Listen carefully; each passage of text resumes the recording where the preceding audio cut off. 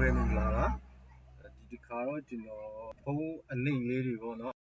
Unofficial Bootloader unlock ရတဲ့အလုံးပေါ့နော်ဒီအလုံးတွေပေါ့နော်အခုကျွန်တော်ပြထားတဲ့ဒီအလုံးလေးတွေပေါ့နော်Qualcommအလုံးလေးတွေကိုကျွန်တော်တို့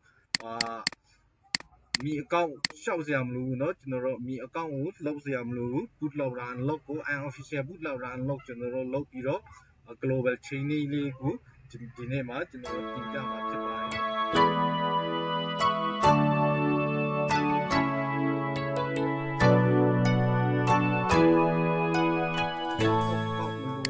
အလုံးလေးတွေပေါ့နော် Qualcomm အောက် account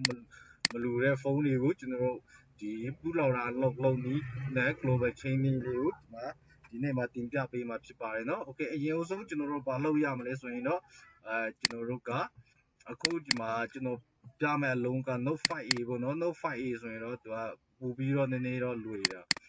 ပေါ့နော်ဒီမှာ Note 5A ဆိုရင်ဒီဟာလေးတွေကိုကျွန်တော်တို့ယူမယ်เนาะ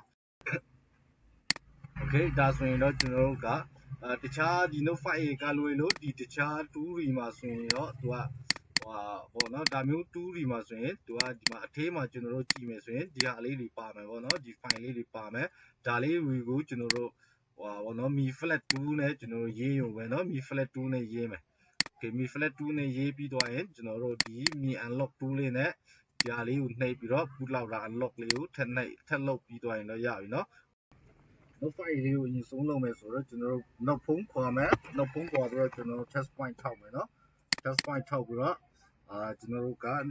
Note ဖုန်းခွာ test point မထောက်ခင်လေးမှာကျွန်တော်တို့က firmware model လေး UGG လား UGG Lite လားဆိုတာလေးကိုအရင်ဆုံး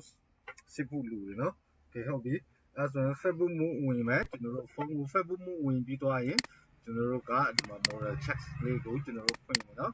ဒါ model check လေးကိုကျွန်တော်တို့ဖွင့်မယ်ဒါ UGG ပေါ့နော်ဒီမှာ UGG ဖုန်းကိုကျွန်တော်တို့ test point ထောက်မယ်เนาะ Okay ကျွန်တော်တို့ဖုန်းကို test point ထောက်ပြီးတော့ကျွန်တော်တို့ device manager ကိုကြည့်မယ်เนาะ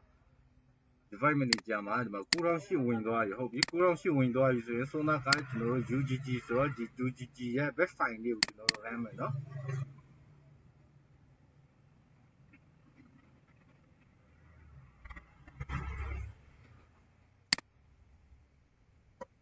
Okay ဒါlock complete ဒီမှာ complete successful ပြသွားပြီဆိုရင်တော့ကျွန်တော်တို့ရပြီเนาะရပြီဆိုတော့ကျွန်တော်တို့ကဘာပြန်လောက်ရမလဲဆိုရင်တော့ဖုန်းကိုကျွန်တော်တို့ Facebook မှုပြန်ဝင်မယ်เนาะ power ကျူးဖြုတ်ပြီးတော့ကျွန်တော်တို့ Facebook မှုပြန်ဝင်မယ်เนาะဒီနေရာမှာဒီအနေထားမှာခါတွေကြရင် Facebook မှုဝင်တဲ့အခါကျရင်ဖုန်းက screen ပေါ်မှာမှန်မလင်းတက်ဘူးเนาะဒါကိုကျွန်တော်ကျူးဖြုတ်ပြီးတော့ Facebook မှုပုံဝင်တဲ့ချိန်မှာမှန်ကြီးဖြစ်တတ်တယ်เนาะဒါမဲ့ဒီမှာ device manager မှာကျွန်တော်တို့ကြည့်ရခါကျ Android Bootloader interface တက်သွားရင်ရပြီเนาะအဲဆိုတော့ကျွန်တော်တို့ဒီ mi flat 2လေးကိုကျွန်တော်တို့ဖွင့်မယ်ဖွင့်ပြီးတော့ရင် device ကိုကျွန်တော်တို့ကြည့်မယ်ဒီမှာ unlock ဖြစ်သွားရင်เนาะတချို့အလုံးတွေကဒီမှာ lock ဆိုပြီးတော့ပြတတ်တယ်အဲ့ဒါကိုဒီလိုမျိုးဒီဟာလေးထပ်နှိပ်ပြီးတော့ရင်เนาะဒါလေးထပ်နှိပ်ရုံပဲเนาะဒီမှာအစိမ်းလေးနဲ့ပြသွားရင်ဒါ unlock ဖြစ်သွားရင်เนาะဟုတ်ပြီအဲ့ဒါဆိုရင်တော့ကျွန်တော်တို့ကဒီဖုန်းလေးကို unlock ရသွားပြီOkay ဒါဆိုရင်ကျွန်တော်တို့ unlock ရသွားပြီဆိုရင်တော့ကျွန်တော်တို့ official global firmware လေးကိုကျွန်တော် firmware ရေးမယ်เนาะ global firmware ကိုကျွန်တော်တို့ firmware ရေးတော့မယ် Okay firmware ရေးတော့မယ်ဆိုတော့ဘာနဲ့ရေးမလဲဆိုရင်ကျွန်တော်တို့က Note 5A စွမ်းနာက Note 5A เนาะဒီမှာ Note 5A UGG Okay ဒါ UGG ကိုကျွန်တော်တို့ zip file ဖြည့်မယ်เนาะ desktop ပေါ်မှာ zip file ဖြည့်မယ် Okay ဟုတ်ပြီဒါလေး zip file ဖြည့်တာကျွန်တော်တို့ခဏစောင့်ပေးမယ်เนาะOkay ဒါကျွန်တော်တို့ zip file ဖြည့်ပြီးသွားပြီပေါ့เนาะဒီဟာ global image လေးပေါ့เนาะဒီမှာ UGG ရဲ့ global image firmware လေးကျွန်တော်တို့ zip file ဖြည့်ပြီးသွားပြီဆိုရင်တော့ကျွန်တော်တို့ဘာနဲ့လုပ်ရမလဲဆိုရင်ကျွန်တော်တို့ mi flat 2နဲ့ကျွန်တော်တို့ firmware တင်မယ်เนาะ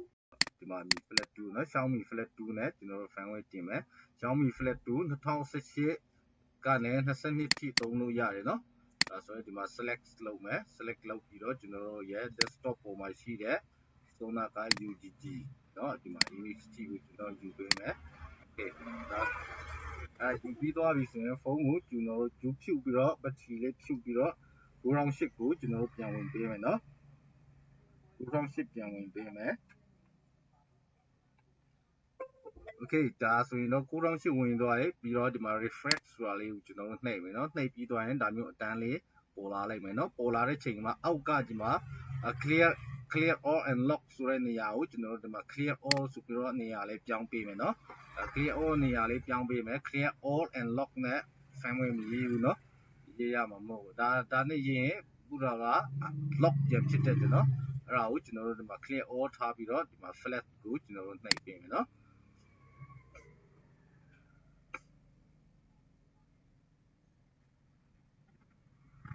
โอเคဒါဆိုရင်တော့ firmware စပြီးတော့ရေးနေပါပြီเนาะအခုဆိုရင်သူ firmware ဘာရေးရလဲဆိုရင် system image ရောက်သွားပြီเนาะဒီမှာ system image file ကိုသူကရေးသွားပြီเนาะโอเคဒါလေးပြီးသွားရင်တော့ကျွန်တော်တို့က global firmware file တစ်ခုကိုကျွန်တော်တို့ရရှိမှာဖြစ်ပါတယ်เนาะ global phone China ကနေ global change ကကျွန်တော်တို့အောင်မြင်မှာဖြစ်ပါတယ်เนาะဒါဒီဟာလေးသွားပြီးတော့အတန်းလေးပြီးသွားပြီပြီးတော့ဒီမှာစာလေး successful ဆိုပြီးတော့စာလေးပြသွားပြီဆိုရင်တော့ကျွန်တော်တို့က firmware ရေးတာအောင်မြင်စွာပြီးဆုံးပါပြီလို့ကျွန်တော်တို့သတ်မှတ်လို့ရပြီเนาะ okay ဒါကိုကျွန်တော်တို့ကအဆုံးထိတော့ကျွန်တော်မပြပေးတော့ဘူးเนาะဒီနားလောက်ထိဆိုရင်တော့ကျွန်တော်တို့နားလေးသဘောပေါက်မယ်လို့ယုံကြည်ပါတယ်เนาะ okay ဟုတ်ပါပြီအဲ့ဒါဆိုရင်တော့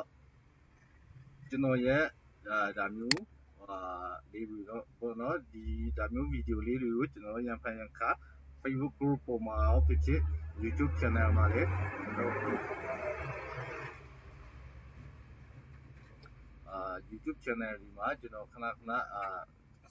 တင်ထားပါတယ်ကျွန်တော်တင်ထားတဲ့ YouTube channel လေးကိုလည်းlike and subscribe လေးပေးကြပါဦးလို့ကျွန်တော်မြတ်တာရက်ခံအပ်ပါတယ်เนาะအားလုံးပဲဘေးကင်းလုံခြုံကြပါစေเนาะ